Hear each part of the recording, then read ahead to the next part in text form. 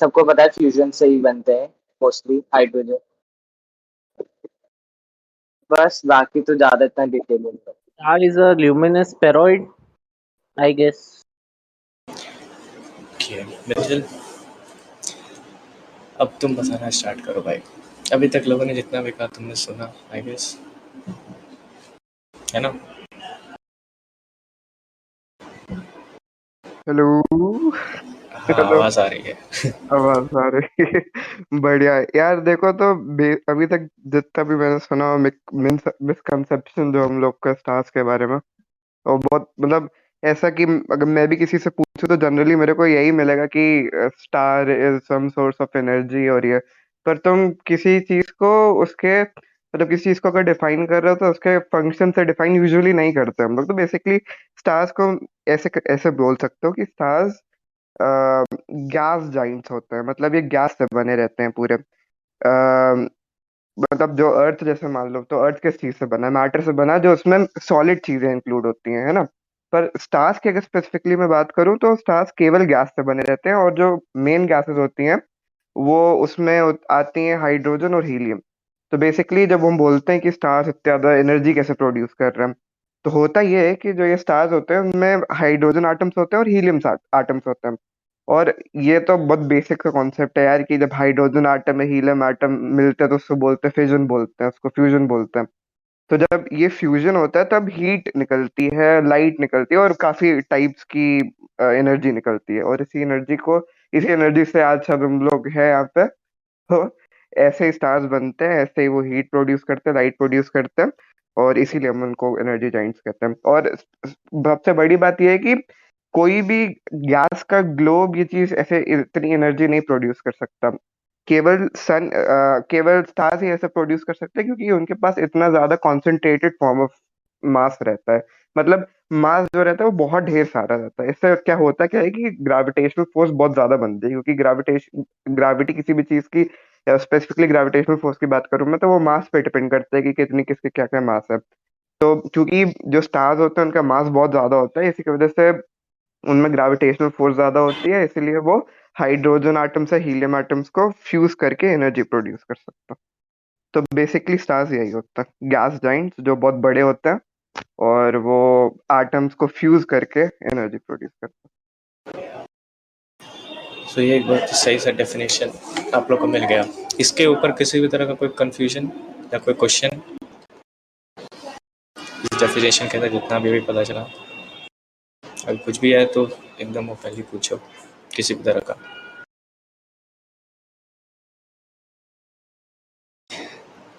Okay,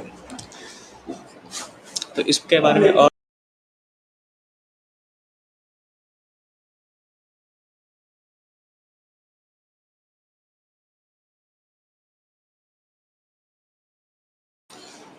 Mithil, इसके बारे में और आगे तुम बता सकते हो, लाइफ साइकिल ऑफ स्टार्स के बारे में। हैं। हाँ तो यार देख, सबसे पहली चीज ये होती है कि हम लोग बात तो करते हैं स्टार्स के बारे में, पर ये भी तो देखना इम्पोर्टेंट है ना कि स्टार्स बने कैसे। तो तेरे को क्या लगता है स्टार्स कैसे बने होंगे? सबसे पूछते हैं क्या करके, पहले मैं भी बताता हूँ। जहाँ तक मुझको पता है, एक बिग बैंग ये सब चीज़ें एक थ्योरी है। आई गेस तो प्रेजेंट मतलब ये सारी तो गैसेस मत, जो भी स्टार्स का कंपोजिशन जो भी है, क्या है? Hydrogen and helium, right? हाँ हाँ। हाँ, तो आई गेस ये सारे जो भी प्रेजेंट होंगे, अब मैं उसके अंदर थ्योरी में तो नहीं घुसूंगा क्योंकि पता भी नहीं है। सो मे बी ये सारा का रिएक्शन हुआ या जो भी इस टाइप का कुछ। देख हुआ क्या ना कि जब बिग बैंग हुआ तो सबसे पहली चीजें जो निकली बिग बैंग के बाद, बिग बैंग क्या था जिसको नहीं पता एक बार तुरंत एक्सप्लेन कर दे रहा हूँ। एक एक तरीके का एक्सप्लोजन या बहुत बड़ा सा ब्लास्ट टाइप हुआ था यूनिवर्स जब स्टार्ट हुआ था। ये कुछ 13.5 बिलियन ईयर्स पहले की बात है। तब यूनिवर्स बना था, तब पैदा हुआ था यूनिवर्स। और तब उनमें से जो कुछ सबसे पहली चीजें जो निकली थी, उनमें से कुछ चीजें थी न्यूट्रॉन, प्रोटॉन और इलेक्ट्रॉन। बेसिक चीजें। और इन्हीं चीजों से मिलके हाइड्रोजन एटम्स बने। प्रोटॉन और इलेक्ट्रॉन से मिलकर हाइड्रोजन एटम्स बने। फिर यही हाइड्रोजन एटम्स फ्यूज करके हीलियम एटम बने, फिर ऐसे करके मतलब काफी एलिमेंट्स बनते गए। अब हुआ क्या कि जब ये चीज निकली तो काफी शॉक वेव्स निकली थी बिग बैंग के साथ। वो शॉक वेव्स ट्रैवल की, और वो मतलब ये बहुत वास्ट टॉपिक है, इसके बारे में बात करने लगे तो भाई बुक लिखी हुई है इसके स्पेसिफिक टॉपिक्स के बारे में। पर इन शॉर्ट मैं ये कहता हूँ कि जब बिग बैंग बना तो काफी ढेर सारी गैसेस थी और वो बहुत नॉर्मली स्प्रेड आउट थी। पर बिग बैंग होने के बाद ये गैसेस कलेक्ट होना स्टार्ट हुई, ये और पास आना स्टार्ट हुई, और मतलब एक बॉल टाइप बनाने लगी, और ये बॉल और बड़ा होता गया, उसका मास और बढ़ता गया, तो ग्रेविटी भी बढ़ती गई, फिर फ्यूजन स्टार्ट हुआ, और फिर उससे जो हीट निकली उसी को आज हम लोग एक्सपीरियंस करते हैं सन की हीट के फॉर्म में। तो ऐसे ही स्टार्स बने, और सन हमारा अकेला स्टार नहीं है, सबको पता है भाई, ऐसे काफी स्टार्स होते हैं, हम रात में देखते हैं हम लोग। तो वही चीज है ये कि स्टार्स कभी भी मतलब ऐसे बहुत ढेर सारे स्टार्स थे, तो एक टाइम पे, एक समय पे बने थे। अभी भी वो चल रहे हैं, और अभी इनफैक्ट अभी इस टाइम पे भी काफी स्टार्स बन रहे होंगे। तो मतलब कहने की बात ये है कि स्टार्स बनते हैं गैसेस से। गैसेस एक्यूमुलेट होती हैं, एक्यूमुलेट होके और डेंस फॉर्म में कन्वर्ट होती हैं, और डेंस फॉर्म में कन्वर्ट होने से खूब ज्यादा हीट और एनर्जी निकलती है, और उससे ही स्टार बन जाता है। और इंटरेस्टिंग बात यह है कि स्टार के पास कुछ स्पेसिफिक मास होता है, तो उस मास को वो फ्यूज करता रहता है, पर एक पॉइंट पे आके वो रुक जाता है उसका फ्यूजन। यूजुअली जैसे हमारा जो सन है उसके लिए ये टाइम होता है 10 बिलियन ईयर्स, तो मतलब 10 बिलियन ईयर के पास पास स्टार अपना जितना भी एनर्जी है वो फ्यूज करना रुक जाएगा, और जो अभी नॉर्मली जैसे हमारा सन जो है वो हीट प्रोड्यूस करता है वो भी करना बंद हो जाएगा क्या सभी नेक्स्ट। स्टार्स का हाँ, 10 बिलियन ईयर्स? सभी स्टार्स का 10 बिलियन नहीं होता, ये डिपेंड करता है कि किसका क्या क्या मास है। जैसे हमारा जो स्टार है उसको हम लोग एवरेज स्टार कहते हैं, मतलब इसके पास ज्यादा मास नहीं है और बहुत कम मास भी नहीं है, मतलब नॉर्मल है, ठीक। तो इसकी लाइफ स्पान होती है 10 बिलियन ईयर्स। अब इसमें 10 बिलियन ईयर्स में से हमारा सन करेंटली अभी 5 बिलियन खत्म हो चुका है, उसका मतलब 50% खत्म हो गया है, 50% बाकी है।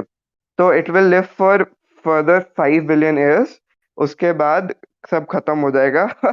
और उसके बाद सबसे ब्रिलियंट बात यह है कि सन फूटेगा एक तरीके से, बहुत कॉम्प्लेक्स होती है इसकी लाइफ साइकिल, पर एट द एंड सन फूटता है, उससे गैसेस बनती हैं, फिर से गैसेस स्प्रेड हो जाती हैं पूरे यूनिवर्स में नहीं, स्पेसिफिक यूनिवर्स में, एरिया में। फिर यही गैसेस में से कुछ कुछ पॉइंट्स फिर एक्यूमुलेट होना स्टार्ट होते हैं, फिर गैस जाइंट्स बनना स्टार्ट होते हैं, और फिर उसी गैस से और स्टार्स बन जाते हैं। तो मतलब हम ये कह सकते हैं कि कुछ स्टार्स से स्टार्स बनते हैं। तो इनिशियली जब बिग बैंग हुआ होगा तब भी कुछ स्टार्स बने होंगे, फिर वो स्टार अब की लाइफ स्पैन खत्म हो गई होगी, वो फूट गए होंगे, उनसे जो गैस बनी होगी, फिर वो गैसेस में कुछ लोकली कुछ पार्ट्स अपने आप का एक्यूमुलेट करके, अपने गैसेस का एक्यूमुलेट करके नए स्टार्स बनाए होंगे, और उनमें से एक स्टार है अपना सन। सो ये एक तरह का परपेचुअल प्रोसेस है ये, मतलब कभी खत्म नहीं हाँ, होता, चलता रहता है। Exactly exactly. अच्छा, और तुमने कहा था एवरेज। अच्छा, किसी को किसी भी तरह का क्वेश्चन है तो प्लीज पूछ लो कोई इसमें। I just have a little query. या Yeah, see, distance नापने की यूनिट होती है लाइट ईयर्स, राइट? या या सो मेरे को ये चीज़ पूछना था, जैसे जेम्स वेब टेलीस्कोप अभी वो डिजाइन किया गया था ना, जेम्स वेब या टेलीस्कोप, या अगर आपने सुना हो तो। इट हैज लाइक पिछले 1-2 महीने में शायद लॉन्च भी कर दिया था नासा ने उसको। या थर्ड जैन को उन्होंने लॉन्च किया था हाँ स्पेस हाँ में। हाँ। हम्म, तो उसमें बताया जा रहा है कि वो बिग बैंग से पहले का भी देख सकता है, तो उसमें क्या मतलब एग्जैक्टली। क्या किस तो तरीके से हाँ, देख पाएगा वो? किस तरीके से देख पाएगा एग्जैक्टली, ये बहुत ही मतलब कॉम्प्लेक्स। जैसे हम लोग क्या होता है कि बोला क्या जाता है कि कुछ टेलीस्कोप्स हैं हमारे पास भी अभी भी, और हम उससे कह सकते हैं कि वो 10 बिलियन साल से पहले की चीजें भी देख सकते हैं। पर ऐसे कैसे होता है? हम कैसे बोल सकते हैं कि वो कोई भी एक टेलीस्कोप हमारे पास 10 बिलियन साल पहली चीजें देख सकता है?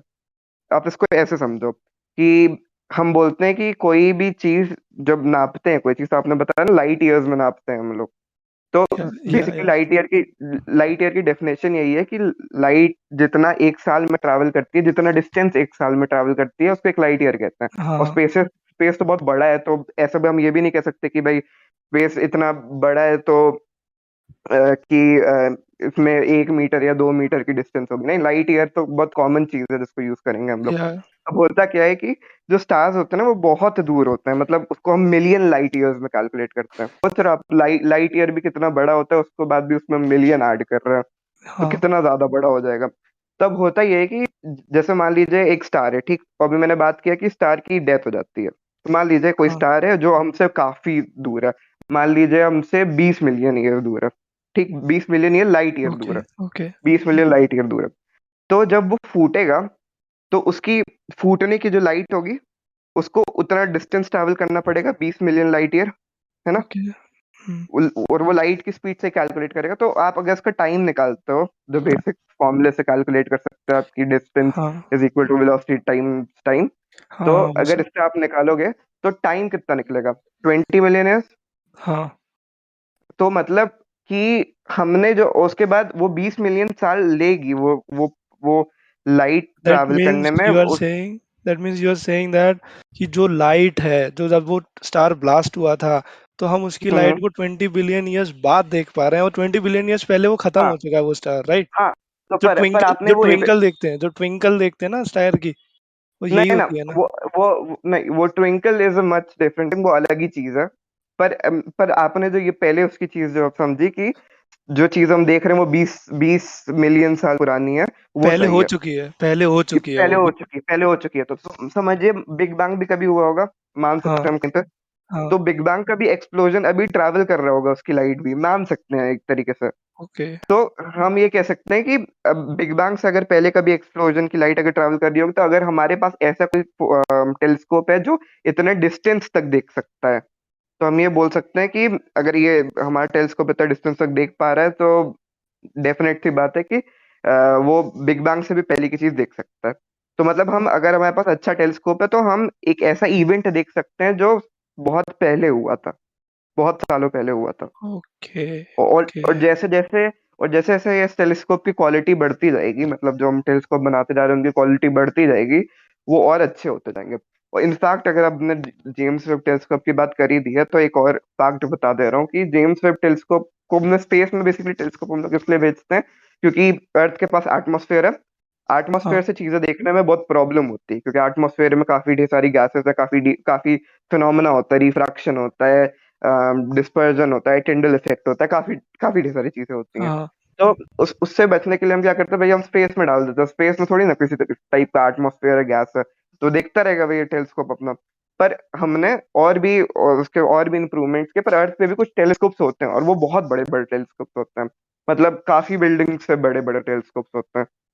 तो अभी जेम्स वेब टेलीस्कोप का एक प्रोजेक्ट स्टार्ट होगा काफी सालों बाद, अभी ऑर्बिट में भी नहीं आया है शायद, पर जब ऑर्बिट में आ जाएगा तो उसका एक प्रोजेक्ट स्टार्ट होगा जिसमें James Webb telescope telescope connect करेगा अर्थ के टेलीस्कोप से, और उसके बाद एक बहुत अच्छी रिफाइंड इमेज आएगी हमारे पास। तो ये एक चीज बतानी थी। ओके तो अभी तो बस स्टार्ट हुई हैं चीजें अभी, और अब अगर इस चीज में इंटरेस्ट रखते हो स्पेस में, तो देखते रहना, इसमें न्यूज़ पढ़ते रहना, अभी काफी बढ़िया बढ़िया चीजें होने वाली हैं जेम्स वेब टेलीस्कोप के साथ। या मैं तो अभी इसरो के एग्जाम की तैयारी कर रहा हूँ। बढ़िया बढ़िया। पर वही बात है कि इसरो में ये सब नहीं पूछता, वही नहीं वो इंजीनियरिंग नहीं वाली पूछते, चीज। लेकिन वो वाली चीज है ना, लेकिन वही चीज है ना कि जो इंटरेस्ट एक पर चीज होती आपके है ना। पास इंटरेस्ट रहेगा, आपके पास इंटरेस्ट रहेगा एग्जैक्टली, तो बढ़िया रहेगा। सही बात, सही बात। ओके, सो ये क्वेश्चन तो आंसर हो गया। और किसी का किसी तरह का क्वेश्चन, या फिर हम लोग टॉपिक को कंटिन्यू करें? अच्छा, नो माइक में भी कुछ इधर उधर क्वेश्चन ऐसे आ रहे हैं। Which constellation is formed with north pole star? I guess it is, जो भी पता नहीं। क्वेश्चन क्या which constellation is formed with north pole star? है? Ursa Minor, I guess.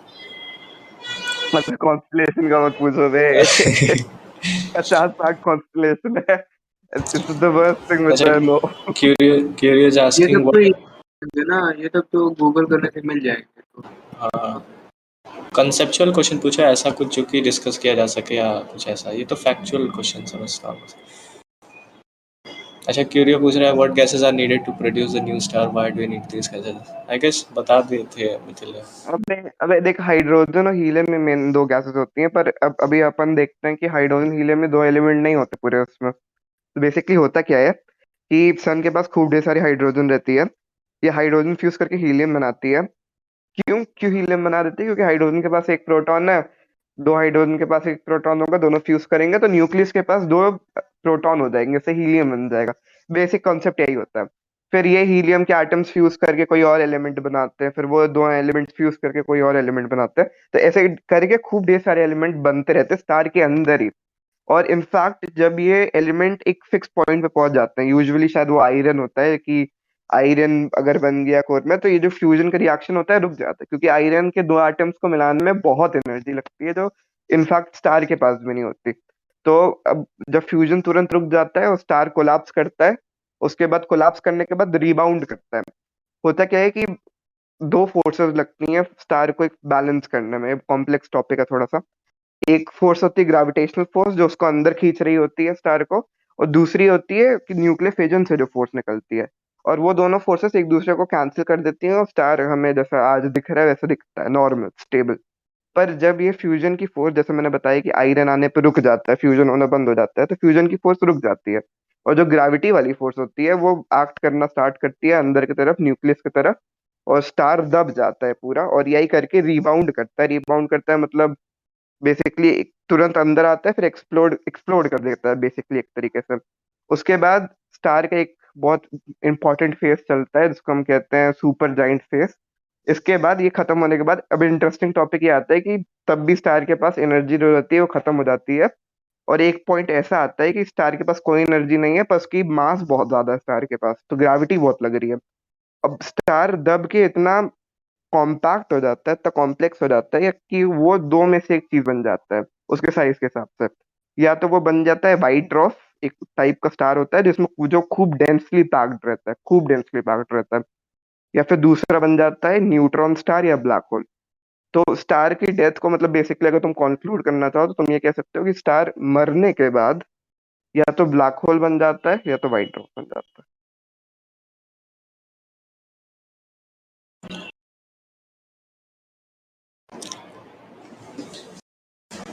Okay, and तूने बताते समय एक चीज़ कही थी कि हमारा सन जो है वो एक एवरेज स्टार है। सो क्या स्टार के टाइप्स होते हैं किस तरह के? हाँ, स्टार के टाइप्स होते हैं काफी तरीके के, और काफी चीजों पे डिपेंड करता है कि जैसे मान ले कम मास का स्टार है, बेसिकली मास पे डिपेंड करता है। तो अगर कम मास का स्टार है तो उसको हम कहते हैं नॉर्म, एक बिलो एवरेज स्टार कहते हैं। मैं उसके टर्म्स में नहीं जा रहा एग्जैक्टली, पर ऐसे सिंप्लिसिटी के लिए समझ रहे हैं हम लोग। बिलो एवरेज स्टार होता है, इसका मास बहुत कम होता है और वो हीट भी कम प्रोड्यूस करता है। पर इसके साथ फायदा ये होता है कि ये हीट कम प्रोड्यूस करता है, तो धीरे धीरे प्रोड्यूस करता है हीट। तो इसकी एनर्जी भी कम निकलती है, पर ये ज्यादा टाइम के लिए जीता है। हमारा सन ऑन द अदर हैंड, ये तुरंत, ये उसके पास मास बहुत ज्यादा है, इसके पास ग्रेविटी बहुत ज्यादा है, तो वो बहुत जल्दी फ्यूज कर रहा है एटम्स, तो उससे हीट भी ज्यादा निकल रही है, पर एट द सेम टाइम ये जल्दी मरेगा भी। और बाय द वे जल्दी मरना is nearly about 5 billion years, ठीक। पर और भी स्टार्स होते हैं जो सन से भी बड़े होते हैं, सन से इनफैक्ट काफी बड़े होते हैं, मिलियन टाइम्स बड़े होते हैं। इन स्टार में जो फ्यूजन होता है ये बहुत जल्दी हो रहा होता है, और इनफैक्ट इन स्टार की जो लाइफ स्पैन होती है वो सन से भी बहुत कम होती है, बहुत कम, मिलियन ईयर्स में होती है। हम सन की लाइफ स्पैन बिलियन ईयर्स में बता रहे हैं, उन लोग की मिलियन ईयर्स में होती है। तो ये बेसिकली चीज है, इन तीन बेसिस पर तुम स्टार्स को क्लासिफाई कर सकते हो। और इनफैक्ट स्टार मरने के बाद भी, डेथ के बाद भी स्टार के तीन चीजें बन सकती हैं, वाइट ड्वार्फ, न्यूट्रॉन स्टार या ब्लैक होल। जो बहुत बड़े स्टार्स होते हैं वो ब्लैक होल बनाते हैं। हमारा स्टार डेथ के बाद वाइट ड्वार्फ बनाएगा, मतलब वाइट ड्वार्फ बन जाएगा। और जो न्यूट्रॉन स्टार होता है वो भी कुछ स्टार प्रोड्यूस करते हैं, पर वो भी सन, अर्थ के सन के मास से ज्यादा होता है।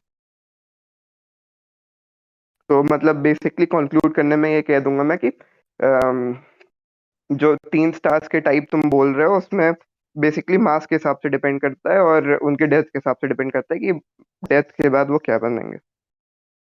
अपना जो अर्थ के, अपने सन की बात करें तो सन डेथ के बाद वाइट ड्रॉप बनेगा। अच्छा, और अच्छा, कई सारे लोग एकदम बाद में आए, सो उनको एकदम शुरुआत का इंट्रोडक्शन मिला ही नहीं। अच्छा, एकदम शॉर्ट में अगर 2 मिनट के अंदर फिर से स्टार्स को डिफाइन कर दो and will sun explode and why, वो सारी चीज़ों से पता चल जाएगा। वैसे उसको बता भी चुका गया है। एक मिनट 2 मिनट के अंदर फिर से एक बार स्टार्स को डिफाइन कर दो।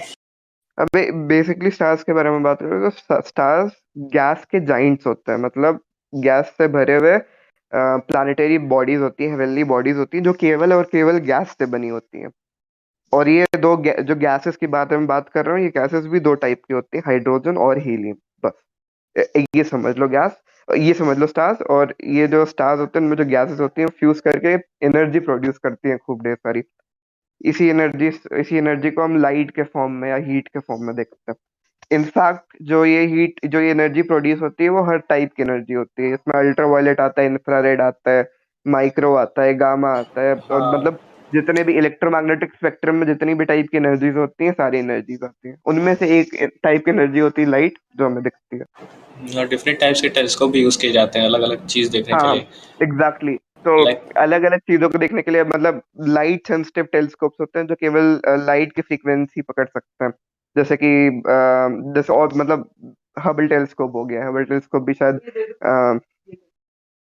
एक सेकंड।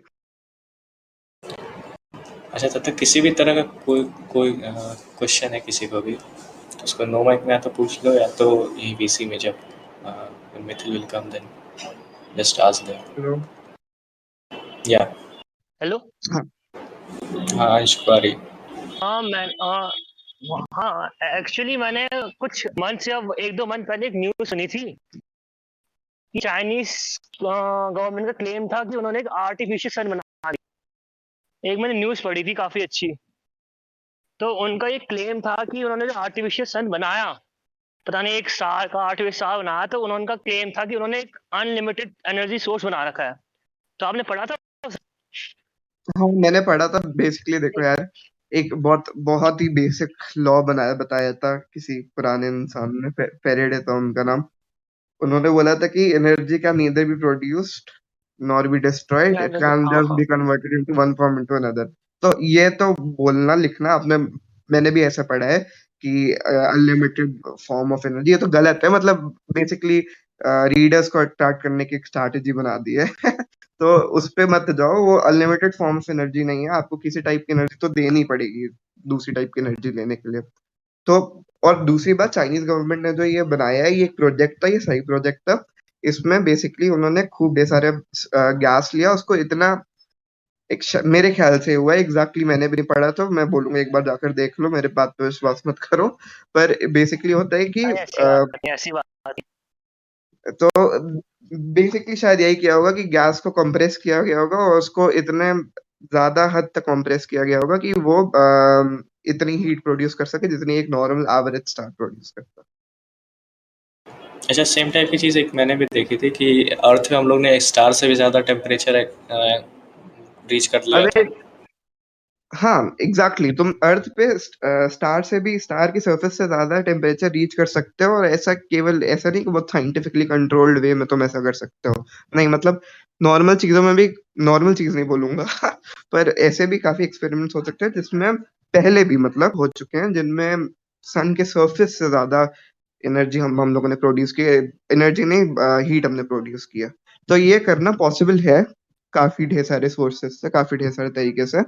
पर ये बोलना मुश्किल, ये बोलना सही नहीं रहेगा कि हमने सन के बराबर ऐसा कुछ बना दिया है। और ये भी बोलना गलत होगा कि वो अनलिमिटेड हीट प्रोड्यूस करेगा। सन भी इनफैक्ट हमारा जो है वो अनलिमिटेड एनर्जी नहीं प्रोड्यूस करेगा। एक पॉइंट पे आके वो भी डेथ कर जाएगा, वो भी मर जाएगा। और जो ये एनर्जी होगी ये केमिकल एनर्जी से हीट एनर्जी में कन्वर्ट हो रही है। केमिकल एनर्जी किसकी? केमिकल एनर्जी नहीं, मतलब न्यूक्लियस के न्यूट्रॉन्स और प्रोटॉन्स के बीच में जो एनर्जी है उसको यूज किया जा रहा है सन के द्वारा नॉर्मल हीट और लाइट बनाने में। अच्छा, तुमने एक चीज़ कहा कि सरफेस से ज़्यादा हम लोग ने हीट प्रोड्यूस किया है, it is possible. So right, क्या सरफेस की बात कर रहे हैं तो न्यूक्लियस से ज्यादा हीट प्रोड्यूस की जा सकती है। अच्छा, न्यूक्लियस। अच्छा नहीं, जैसे स्टार का वो भी होता है क्या स्ट्रक्चर? जैसे अर्थ का कोर, क्रस्ट एंड मैंटल ये हाँ, होता है, तो क्या स्टार तो is just a group of gases है, हाँ, उसका भी कोई स्ट्रक्चर है? बहुत वाइडली अगर मैं तुम्हें बता दूं, मैं भूल गया यार स्टार का भी जैसा अपना होता है ना inner core outer core mantle crust, ऐसा स्टार का भी होता है। पर स्टार का बेसिकली दो पार्ट में डिवाइड होता है। एक पार्ट में जहाँ पे न्यूक्लियर फिजन होता है कोर में, ठीक। स्टार के हर जगह पे न्यूक्लियर फिजन नहीं हो रहा होता है, केवल न्यूक्लियर फिजन होता है कोर में। ये इससे जो हीट प्रोड्यूस होती है वो दो तरीके से ट्रैवल करती है, एक तो रेडिएशन के फॉर्म में ट्रैवल करती है और दूसरा कन्वेक्शन के फॉर्म में ट्रैवल करती है। बेसिकली दो फॉर्म में तुम समझ लो ऐसे हीट ट्रैवल करती है, और वो सरफेस पे पहुंचती है, वहां से निकल जाता है। तो अंदर सरफेस के अलग अलग तरीके का होता है। बेसिकली सन का जो अंदर का सरफेस होता है, तुम ये कह सकते हो कि वो प्लाज्मा से बना होता है। प्लाज्मा एक टाइप ऑफ मैटर होता है, बहुत बेसिक चीज है यार साइंस में पढ़ा होगा 10th 12th में 9th 10th में। हाँ हाँ हाँ। यार एक क्वेश्चन है मेरे को मिथिल। हाँ हाँ मतलब हमने सबने पढ़ा है कि energy can not be created, it can only be change from one form to another, yeah, है ना? तो तो जो बिग बैंग है वो हमें उसके बारे में तो कुछ पता नहीं ना कि वो कहाँ से स्टार्ट हुआ था, कि वो इतनी सारी एनर्जी कहाँ से आई थी। हाँ मतलब बहुत बहुत कम पता है इसके बारे में, केवल थ्योरीज है, वो भी श्योर नहीं है किसी को कि क्या थ्योरी सही है कि गलत है। बट इसका मतलब ये लॉ जो एनर्जी वाला है, इट इज मतलब ये इस असम्पशन पे है इट कि इज बिग बैंग के पहले भी कुछ या एनर्जी थी।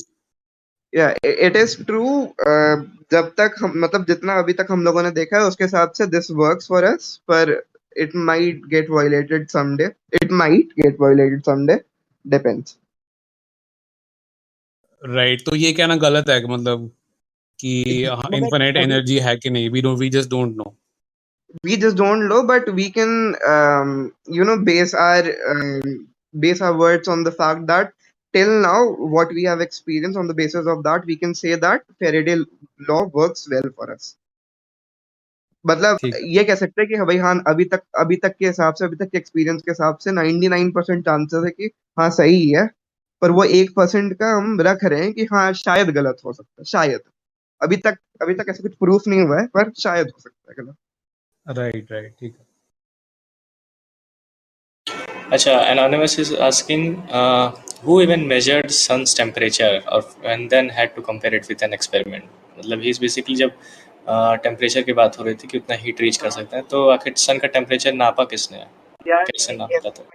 ये तो कोई जाके वहाँ पे थर्मामीटर तो लगाएगा नहीं डेफिनेट सी बात है, पर एक एजम्पशन होता है। और एक मतलब हम लोगों ने जो सैटेलाइट सेंड की उसने काफी मैथ्स यूज हुई है यार बेसिकली इस चीज में। उसने रेडिएशन कैप्चर किया, फिर डिस्टेंस के हिसाब से हम निकाला कि एनर्जी की कॉन्सेंट्रेशन कितनी है। तो उसके हिसाब से हम एनर्जी की कॉन्सेंट्रेशन के हिसाब से बता सकते हैं कि टेम्परेचर क्या है, पर एग्जैक्टली हमें भी नहीं पता है। मतलब टू द पॉइंट हमें भी नहीं पता, एग्जैक्ट हमें भी नहीं पता, हम एक एस्टिमेशन देते हैं, और वो एस्टिमेशन बाय द वे बहुत एक्यूरेट होता है तरीके से, ठीक है सकते हो। पर पता नहीं अलग अलग तरीके होते होंगे यार, वो तो तुम्हें डीप में जाने में पता चलेगा ऐसे कैसे होते, कैसे मेजर करते हैं हम्म।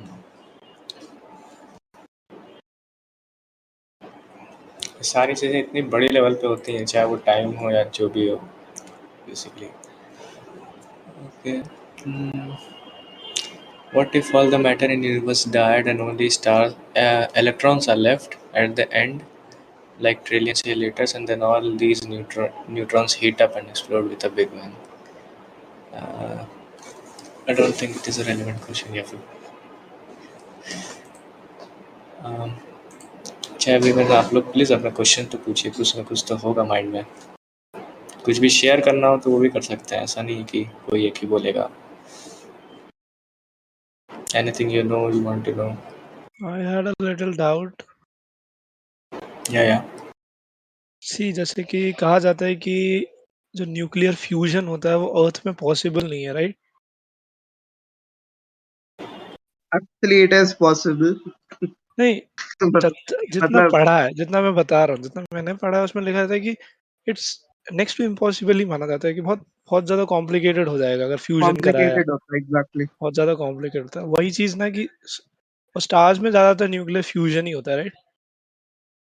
मेनली न्यूक्लियर फ्यूजन ही होता है स्टार्स में, exactly yes yes, mainly nuclear mainly fusion, right? तो चाइना ने जो आर्टिफिशियल मून बनाया उसमें भी ये आर्टिफिशियल सन बनाया, उसमें भी सेम ही प्रोसीजर लगा होगा। फ्यूजन ही हो रहा होगा एग्जैक्टली। उन्होंने इतना कॉम्प्लिकेटेड सा बना कैसे दिया? पता नहीं, वो तो और पढ़ के पता चलेगा। अब वो मैं नहीं बोलते हैं पढ़ा कि यार। Three times of sun's temperature भी उन्होंने गेन कर लिया। हाँ, तो वो और कॉम्प्रेस किया होगा उसको किसी तरीके से, फिर फ्यूजन का रेट और बढ़ाया होगा, तो उसके हिसाब से शायद हुआ होगा। दूसरा शेरनोबिल ना हो जाए फिर। कुड भी। सबसे ज्यादा इफेक्ट इंडिया में ही पड़ेगा अगर ऐसा कुछ हुआ। ओके, एक रीसेंट न्यूज़ आई थी कुछ दिन पहले, मैंने देखा था कि पता नहीं कोई नासा का किसी स्पेसक्राफ्ट ने it touch the sun basically. उस न्यूज़ का जो हेडलाइन थी, आप क्या कह सकते हैं? ऑफ कोर्स टच तो हाँ हाँ उससे क्या हाँ, मतलब पर था, वो क्या था? नासा ने एक सैटेलाइट भेजी थी, जिसको नहीं पता, तो नासा ने एक सैटेलाइट भेजी थी सन के पास, और बेसिकली वो सन के एटमॉस्फेयर से गुजरी थी। मतलब बहुत बड़ी बात होती है ये, और बोला गया था कि भाई ऐसा क्यों हो रहा है, कि अभी तक हमने तो पढ़ा था, हम तो बात करते थे कि सन के पास जो भी जाएगा वो जल जाएगा, अभी ऐसा क्यों नहीं हो रहा, वो सैटेलाइट क्यों नहीं जली। तो इसने इसी क्वेश्चन से रिलेटेड नासा ने एक स्पेसिफिक वीडियो भी निकाल ली है, मैं उसकी रेफर कर देना यार, देख लेना, लिंक हाँ, में लिंक मैंने भेज दिया। लिंक हाँ, लिंक मुझको भेज दो, हाँ मैं शेयर कर दूंगा।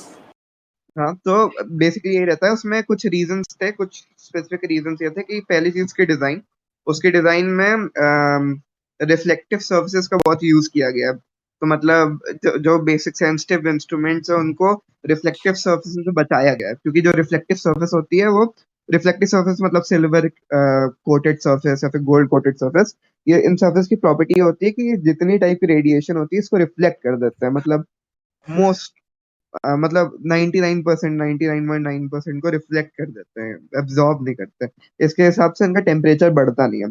पहली चीज ये है, और दूसरी मेजर चीज ये है कि हम बोलते तो है सन का टेम्परेचर बहुत ज्यादा है, पर जो जो पार्टिकल्स आके उस सैटेलाइट को हिट कर रहे थे उनकी डेंसिटी बहुत कम थी, मतलब बहुत कम पार्टिकल्स आके हिट कर रहे थे सैटेलाइट को, इसी की वजह से उसका टेम्परेचर इतना नहीं बढ़ा। बेसिक ही रीजन यही था, एग्जैक्टली मेरे को भी नहीं पता है, वो लिंक मैंने बोली है, तू देख ले, प्रखर, हाँ हाँ दे देना।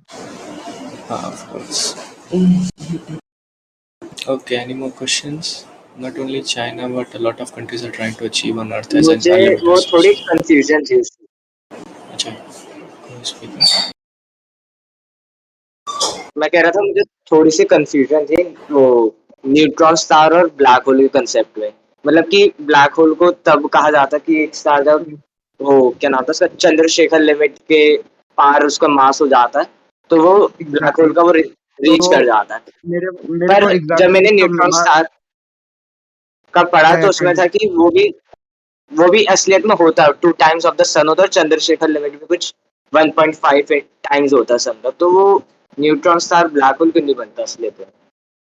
हाँ, तो बेसिकली होता है कि मेरे को चंद्रशेखर लिमिट या फिर कौन सी लिमिट एग्जैक्टली नाम नहीं पता, पर शायद 3 टाइम्स सोलर मास होता है सन का, 3 टाइम्स मास अगर हुआ किसी स्टार का, तो 3 टाइम से ज्यादा हुआ स्टार का, तो उसके डेथ के बाद वो ब्लैक होल बन जाता है, उसके पास इतना मास होता है कि वो कॉन्सेंट्रेट करके ब्लैक होल बन जाता है। बेसिकली अगर ब्लैक होल को समझोगे तो ब्लैक होल की मैग्नेटिक फील्ड्स जो होती हैं वो ज्यादा, मैग्नेटिक और ग्रेविटेशनल फील्ड्स होती हैं वो ज्यादा इंटेंस होती हैं, ज्यादा पास में होती हैं और ज्यादा स्ट्रांग होती हैं बेसिकली।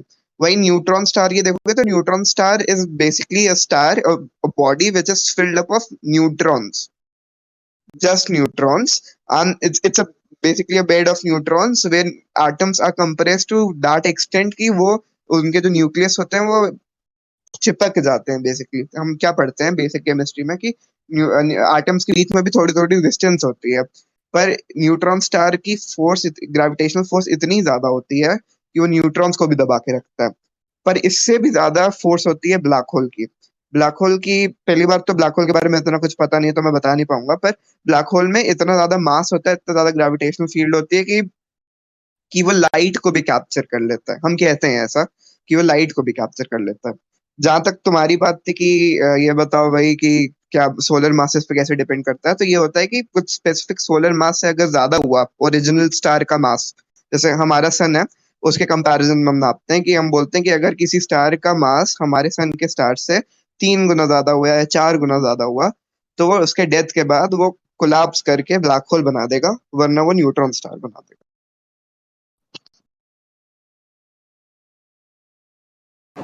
Is that clear? अच्छा। हाँ, और मेरे को एक और क्वेश्चन था कि मतलब जैसे हम बिग बैंग थ्योरी को मानते हैं कि उसमें एक्सपेंशन हुआ है, उसके बाद ही एक्सपेंशन शुरू हुआ है, तो और लाइट की स्पीड हमने अभी तक फास्टेस्ट रीच करी है, तो लाइट ने एक्चुअली में से अभी तक ओवरटेक क्यों नहीं करता? मतलब जैसे अभी हमने वो देखा कि जेम्स वेब टेलीस्कोप का जो था फंक्शनिंग, उसमें भी यही था कि लाइट ने अभी तक पूरा पार नहीं करा बेसिकली एक्सपेंशन को।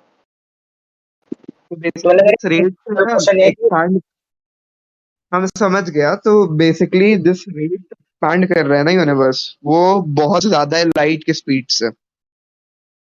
हम कहते हैं कि लाइट की स्पीड से ज्यादा कुछ नहीं होता, एक चीज होता है यूनिवर्स का एक्सपेंशन। जिस रेट से अभी यूनिवर्स एक्सपैंड कर रहा है ना, वो लाइट की स्पीड से भी ज्यादा है। I hope it answers your question. हाँ हाँ, मैं वही पूछा था, तो ये फिर इन्हीं की बातों से क्लास नहीं कर जाता आइंस्टाइन वगैरह जस्ट की? सेकंड।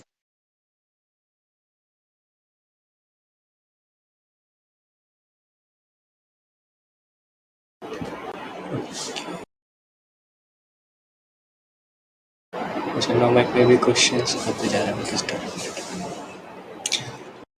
अच्छा, you all can also share something जो आपको पता है धीरे धीरे।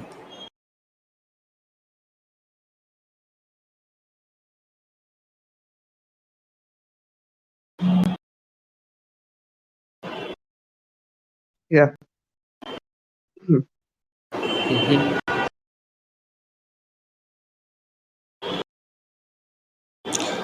ओके, सो कुछ आंसर करना था या फिर नेक्स्ट क्वेश्चन पे जाऊंगा?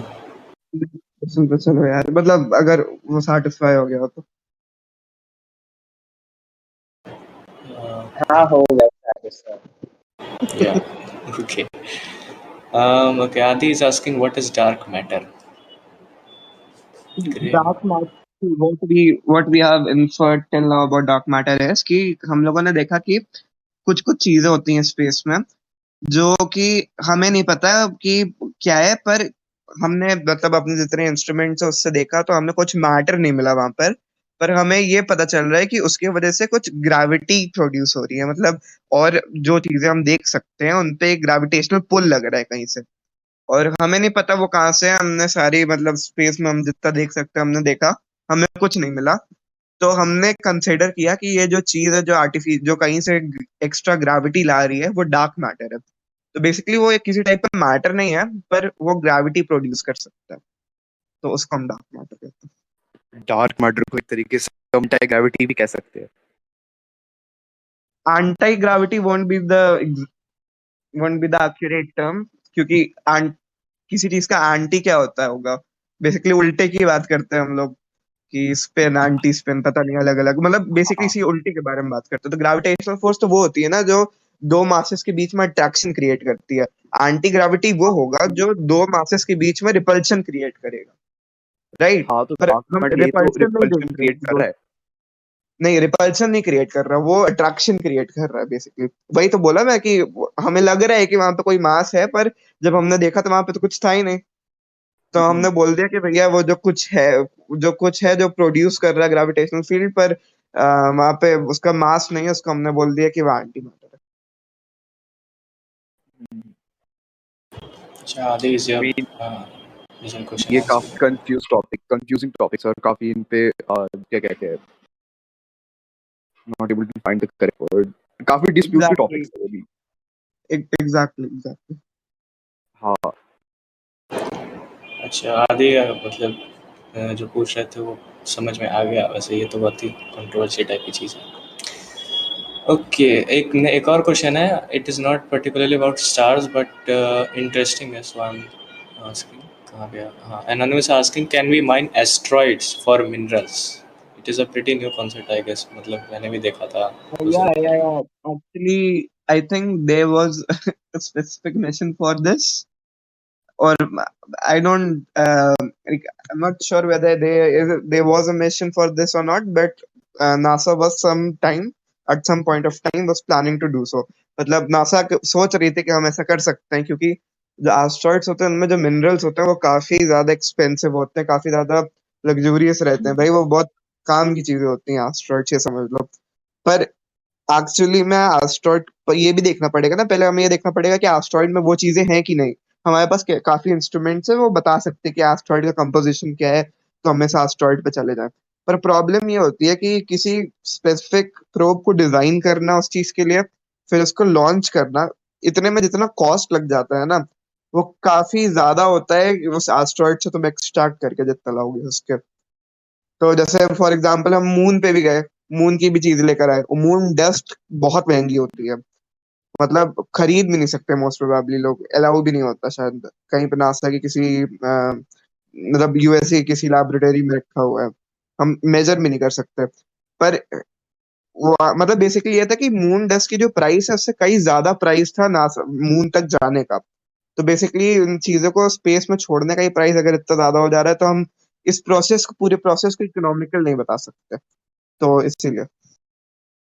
और हाँ, ये प्रोसेस काफी मुश्किल भी होगी, मतलब हम कितना ज्यादा माइंड भी नहीं कर पाएंगे, चलो माइंड तो कर ले बट एग्जैक्टली, और वापस लाने में भी। पहली बात, हाँ एग्जैक्टली एग्जैक्टली, और पहली बात ये कि सक्सेस रेट भी नहीं है यार, तो तुम पहली बार में थोड़ी ना बोल सकते कि हम किसी एस्ट्रॉइड पे चले जाए, वहां से माइन करके वापस ले आए।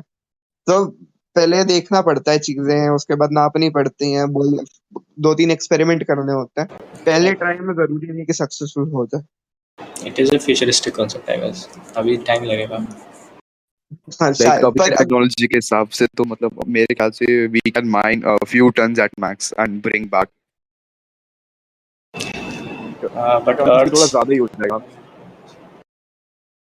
है ना, आई मीन इट डिपेंड्स, अगर फ्यूचर में हम लोग का लॉन्च वॉन्च वाले चीजें जितनी अभी आज एक्सपेंसिव हैं, जो कि बहुत ज्यादा है, अगर वो काफी सस्ता बना दे हम लोग फ्यूचर में जाके, तो शायद ये काम करे, ये प्रोसेस इकोनॉमिकल रहे। okay, Anonymous is saying but Earth's mineral will get depleted once. Minerals deplete होने लगेंगे। हाँ तो मतलब डिप्लीट होने लगेगा किस सेंस में कह रहे हो? Anonymous is saying, मैं तो नहीं कह रहा। मतलब अब तुम्हारे पास कोई डायमंड है तो तुम क्या खो कैसे जाएगा वो डायमंड, मतलब कहीं पे तो रहेगा ही ना। मतलब मिनरल्स एग्जॉस्ट हो जाएंगे, उसका कुछ और मतलब होता है जब हम बोलते हैं, हम लोग का मतलब होता है कि कोल से होता है, और उन मिनरल से होता है जिनको हम एनर्जी में कन्वर्ट कर रहे हैं, जैसे कोल हो गया, पेट्रोलियम हो गया, इन सबको। तो वो उन लोग को तो वो तो दूसरी चीज है ना पूरी। जो मिनरल्स की जो हम बात करते हैं, वो वाले मिनरल्स नहीं है जो हम लोग एस्ट्रॉइड से लेकर आएंगे जिससे हम एनर्जी प्रोड्यूस कर रहे होंगे, क्योंकि वो जो मिनरल का सैंपल होगा वो बहुत छोटा सा होगा, हम 3-4 टन नहीं उठा के ले आएंगे, दैट इज इम्पॉसिबल। हम कुछ ग्राम से ही उठा के ला पाएंगे, फिर उसको हम बोलते हैं कि हम अगर इसको बेचेंगे तो उससे जो प्रॉफिट मिलेगा वो मेन पैसा रहेगा। तो अच्छा, बस यही कह- इज इट ट्रू, मतलब कि सारे जितने भी मिनरल्स हैं इस पूरी दुनिया में, मतलब मिनरल्स कह रहा हूँ सॉरी, जितने भी एलिमेंट्स हैं सब वो सब स्टार से ही निकले हैं? दैट माइट यार बी पॉसिबल। बेसिकली तुम कह सकते हो, ये कह सकते हो तुम, ये तुम देखो बिग बैंग के बाद मैंने क्या बताया था कि काफी ढेर सारी मैटर निकला, और ये मैटर था न्यूट्रॉन प्रोटॉन उसके उस बीच में। अब कुछ स्टार्स जो फूटे, तो उनकी गैस से और स्टार्स बने, फिर उन स्टार्स से प्लैनेट्स बने, कुछ प्लैनेट्स ऐसे भी बने हैं। पर कुछ ऐसे भी प्लैनेट्स थे जैसे हमारे यहाँ जुपिटर हो गया, और इनफैक्ट शायद अर्थ अर्थ के भी और प्लैनेट्स हैं, मतलब सोलर सिस्टम में और प्लैनेट्स हैं। वो प्लैनेट एग्जैक्टली किसी स्टार के फूटने से नहीं बने हैं। वो प्लैनेट जो वो डस्ट थी, उसी डस्ट वही डस्ट एक्यूमुलेट होती गई, और उसमें इतना ज्यादा एक्यूमुलेशन नहीं हो पाया जितना कि वो स्टार बन जाए, तो वो प्लैनेट बन गए। और यही प्लैनेट, उनको पहले प्रोटो प्लैनेट्स कहा जाता था, फिर वो प्रोटो प्लैनेट्स में और मास जुड़ता गया, फिर वो प्लैनेट बन गए। तो यही हम प्लैनेट बोलते हैं। और बेसिकली मतलब यही है कि तो तुम बोलते हो ना कि जो जितनी भी चीजें हैं, तो हो भी सकता है कि वो स्टार से बनी हो, नहीं भी हो सकता है वो स्टार से बनी हो, डिपेंड्स। ओके, हाँ, अभी हम लोग we are talking for 45 minute, बहुत इंटरेस्टिंग बात चल रही है। अच्छा, किसी को और कोई क्वेश्चन कुछ भी आराम से पूछो, we will have 15 minutes more. अच्छा, तब तक कुछ ऐसी इंटरेस्टिंग चीज़ या फिर कुछ ऐसी चीज़ स्टार्स के बारे में जो पता होनी चाहिए? मेरे पास एक इंटरेस्टिंग स्टोरी है जो लाइक स्टार्स से के बारे में नहीं है बट लाइक स्पेस से रिलेटेड है। ओके। तो एक्चुअली 3 साल पहले मेरे पास एक टेलीस्कोप वर्क करता था जिससे मैं मून देखता था। ओके। हाँ, तो फिर मैं एक दिन ऐसा पार्क में गया हुआ था और मैं टेलीस्कोप से मून देख रहा था। और मैं वैसे कभी मून दिखता नहीं था, लाइक मैं पोजीशन करना बड़ा मुश्किल है। मेरे को एक दिन दिख गया मून। फिर मैं क्या कहते हैं, मैं थोड़ा सा पागल सा हो गया। मैं घर पे गया, मम्मी का फोन लेके आया। फिर हम वही पार्क में एक स्लाइड के ऊपर बैठ के मून देखने की कोशिश करो, उसकी फोटो खींचने की कोशिश करो। फनी थिंग, मैंने फोन घुमा दिया मम्मी का। उसके बाद सारे बच्चों ने मेरा नाम टेलीस्कोपिक रख दिया। अच्छा, यहाँ पे किसके किसके पास टेलीस्कोप है? यार एक रखा था पर उसको मैंने तोड़ दिया बहुत बुरे तरीके से। छोड़ दिया? मतलब यहाँ टेलीस्कोप के लिए तरसते हैं। तोड़ दिया, पर उसका अरेंजमेंट जो था उसके लेंसेज का उसको बिगाड़ दिया, तो इट्स प्रैक्टिकली यूजलेस नाउ।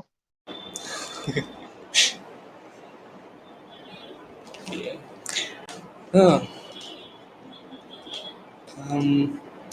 भाई कोई क्वेश्चन है, कुछ भी है तो पूछो। ऐसे चुप चुप रहने से क्या ही मिल जाएगा सबको।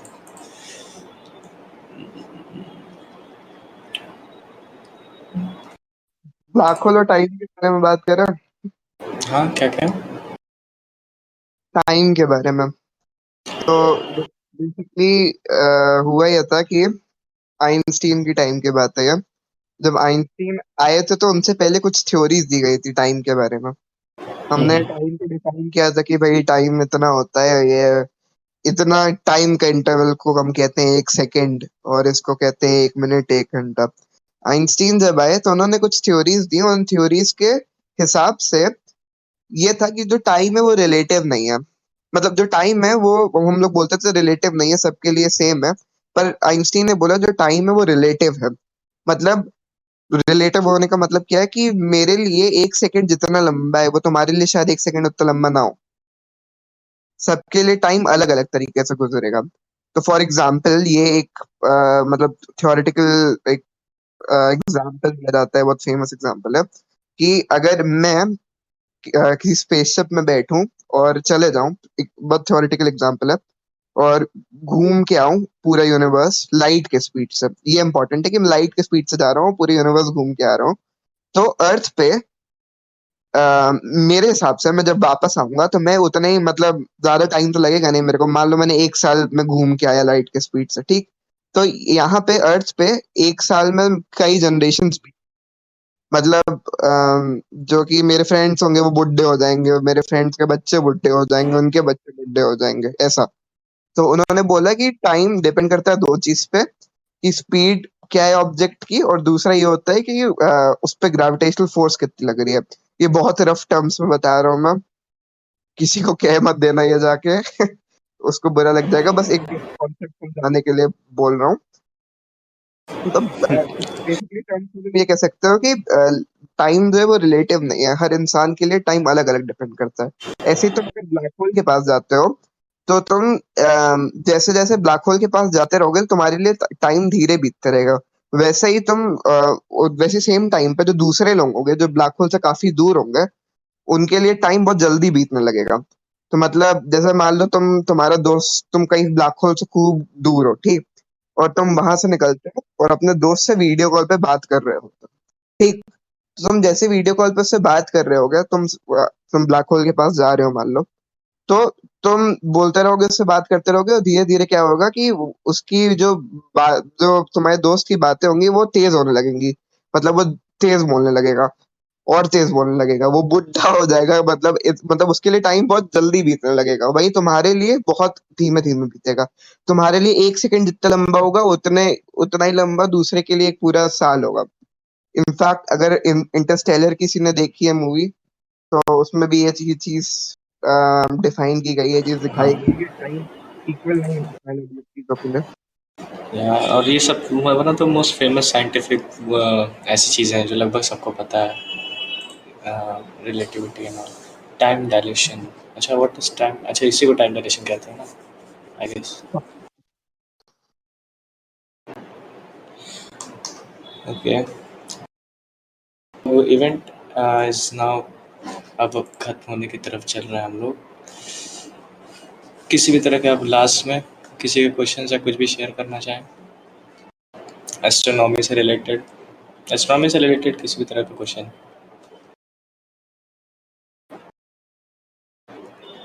अच्छा मित्र, कुछ ऐसे रिसोर्सेज या फिर मूवीज या कुछ किसी भी तरह का रिसोर्स बता सकते हो एस्ट्रोनॉमी के बारे में पढ़ने के लिए? ढेर सारे चैनल्स है, तुम्हें मिल जाएंगे नेट पे। और मतलब हर चैनल को तो बंद मैं रिकमेंड नहीं करूंगा, कुछ स्पेसिफिक चैनल्स है, उनके नाम बता दूंगा बाद में, अभी एग्जैक्टली नाम नहीं पता।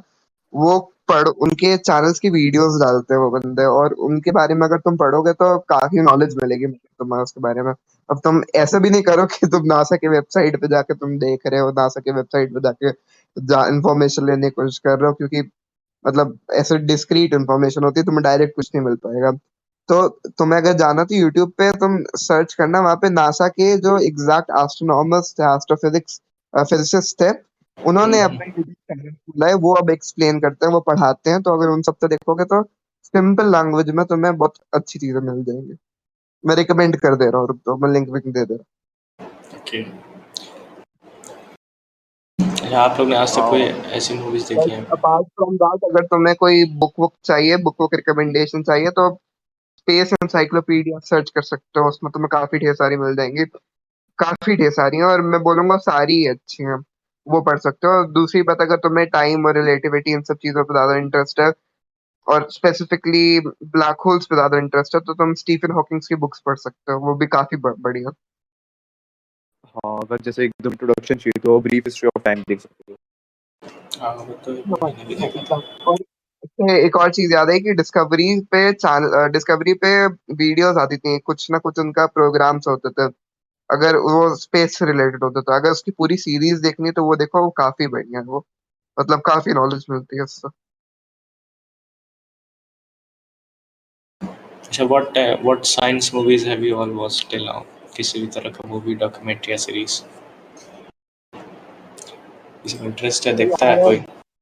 यार अब देखो तो जितनी भी मूवीज होती हैं उनमें से मैं तो क्या ही सकता हूँ, एटलीस्ट 90% तो गलत ही होती है जो वो तो हो गई, बेस्ड एंटरटेनिंग है। बना रहे। यार मेरे को नहीं लगता किसी ने इंटरस्टेलर शायद ना देखी हो, पर अगर नहीं देखी तो एक बार देख लेना, पहली बार में समझ नहीं आएगा, दूसरी तीसरी बार में शायद समझ में आ जाए। पर इंटरस्टेलर के हिसाब से अभी के नहीं, पर पास्ट में मून के काफी मिशंस हुए थे, उनके बारे में काफी स्टोरीज बनी अभी रिसेंटली। अगर उनको देखना है तो देख सकते हो, वो काफी बढ़िया। अपोलो 11 है, अपोलो 13 है, इन सब पे मूवीज बनी है, तो उनको देखना काफी बढ़िया। डॉक्यूमेंट्रीज ज़्यादातर देखनी चाहिए वैसे। मूवीज़ को तो सब एंटरटेनिंग बनाने के लिए फैक्ट्स को ओवर सिंप्लीफाई कर देते हैं या फिर पता नहीं बदल ही देते हैं।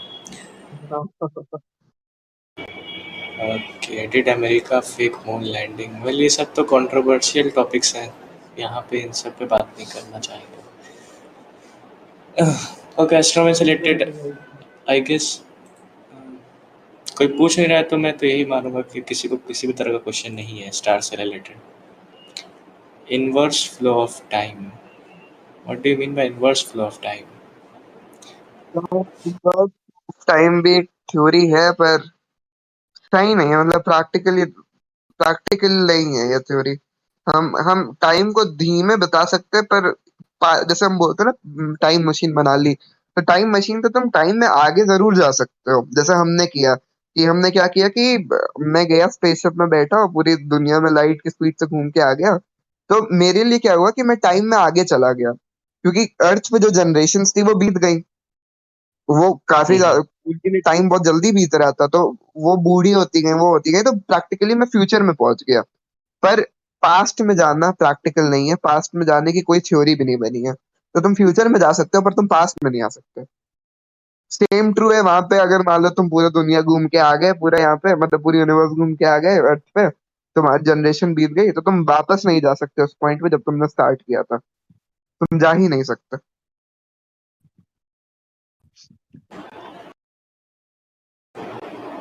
भाई जैसे मेरे पे ये स्टीफन हॉकिंग की बुक है, तो ना उसमें मतलब मैंने फिजिक्स अभी इतनी पढ़ी नहीं है कि सारी चीजें समझ में आ जाए, तो मतलब अभी 10th में तो काफी टॉपिक्स आते ही नहीं, सिर के ऊपर से जाते हैं, तो फिर क्या करो फिर?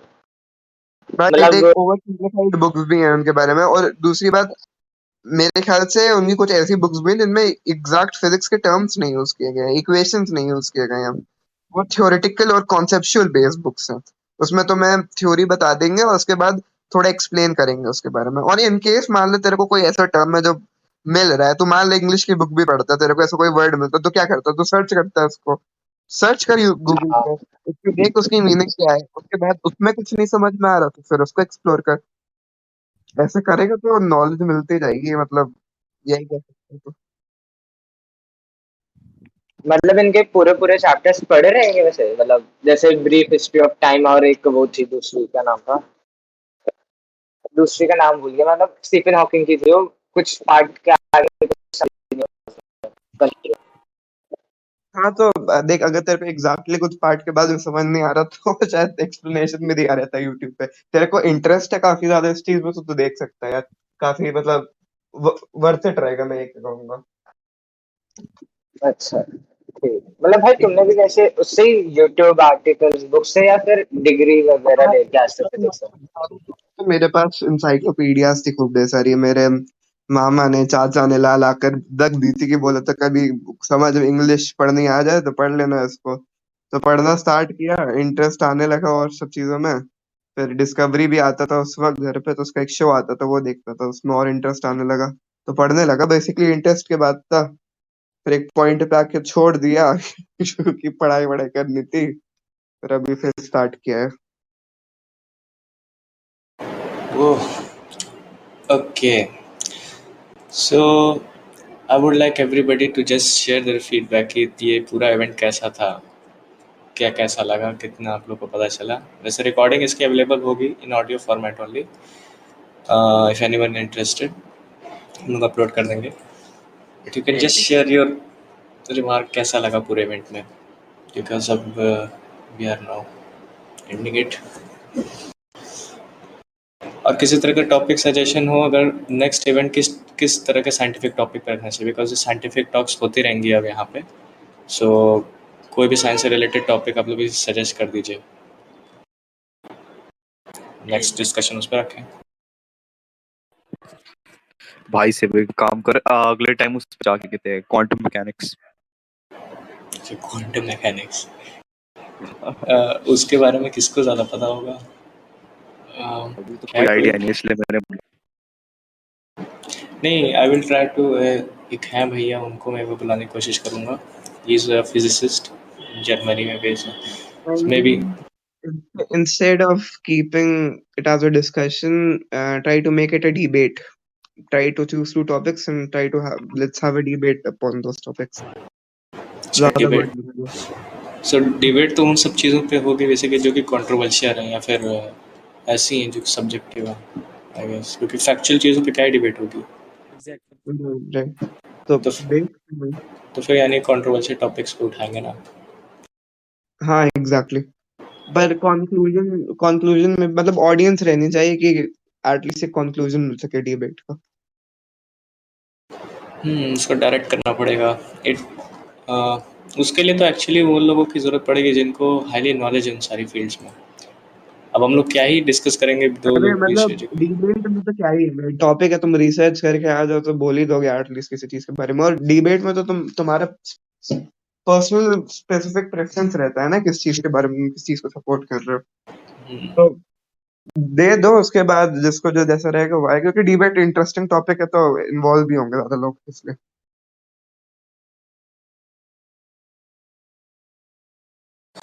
ठीक है। आई एम टॉपिक सजेशन एक चैनल है, वहाँ पे अपना अपना टॉपिक सजेस्ट कर दो एंड दूसरों के टॉपिक को वोट भी कर दो, फिर उसी पे अगली टॉक रखेंगे। Hope you all enjoyed this event and take care everyone. अपना प्लीज़ फीडबैक कम से कम दे दो कि कैसा लगा, ताकि जो भी इम्प्रूवमेंट हम लोग करें आप लोग के फीडबैक के बेसिस पे।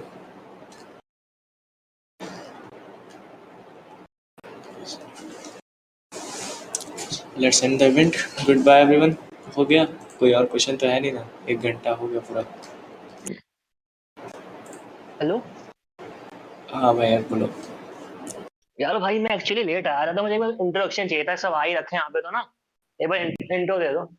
लगता है ना ठीक लगता है बंदों का कौन है। अच्छा अच्छा, so let's me just and the event, फिर उसके बाद से आप लोग जनरल टॉक स्टार्ट कर लो।